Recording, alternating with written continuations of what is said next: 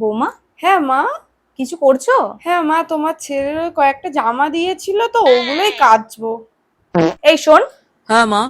ঠাটিয়ে একটা চড় দেবো, বুঝেছিস বেয়াদব? ছোটবেলার থেকে তো নিজের কাজ নিজেই করতে শিখিয়েছি।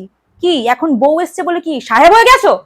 না মানে তাড়াতাড়ি জামা কাপড়গুলো গিয়ে কেচে ফেল, যা। আর বৌমা, তুমি আমার সাথে আসো। আজকের ওয়েদারটা খুব ভালো, জানো তো? ছাদে গিয়ে দুজনে রিলস বানাবো। তুই কেচে ফেল, যা। তুমি আসো বৌমা। মা আসছি। এই দাঁড়াও দাঁড়াও, হ্যাঁ মা। তুমি এত বড় ওড়না পেঁচিয়ে কোথায় যাচ্ছ? তোমার কোনো ফ্যাশন সেন্স নেই? না মা, আশেপাশের লোক কি বলবে? আশেপাশের লোকের দম আছে আমার বৌমাকে কিছু বলার? তা তোমার ওয়ান পিস জিন্স টপ এগুলো কিছু নেই? না মা।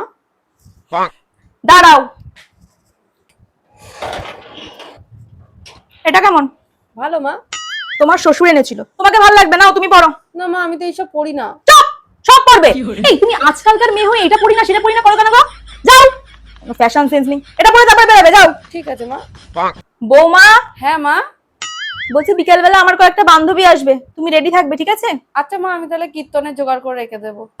কীর্তন? আরে আমরা পার্টি করব, পার্টি। কি এরকম ড্যাব ড্যাব করে কি দেখছো? প্রত্যেক সানডে বিকেলবেলা আমরা গার্লস পার্টি করি, তাই ভাবলাম এবার তোমাকেও জয়েন করি। না মা, তোমার ছেলে যদি কিছু বলে। এদিকে আসো। ও যখন বন্ধুদের সাথে লেট নাইট পার্টি করে তখন একবারও ভাবে তুমি কি ভাববে? না মা। তাহলে তোমার তো ভেবে কি লাভ? ডোন্ট বি আ বিচারি, ওকে? Be a baddie. ভুলে যেও না তুমি আমার বৌমা।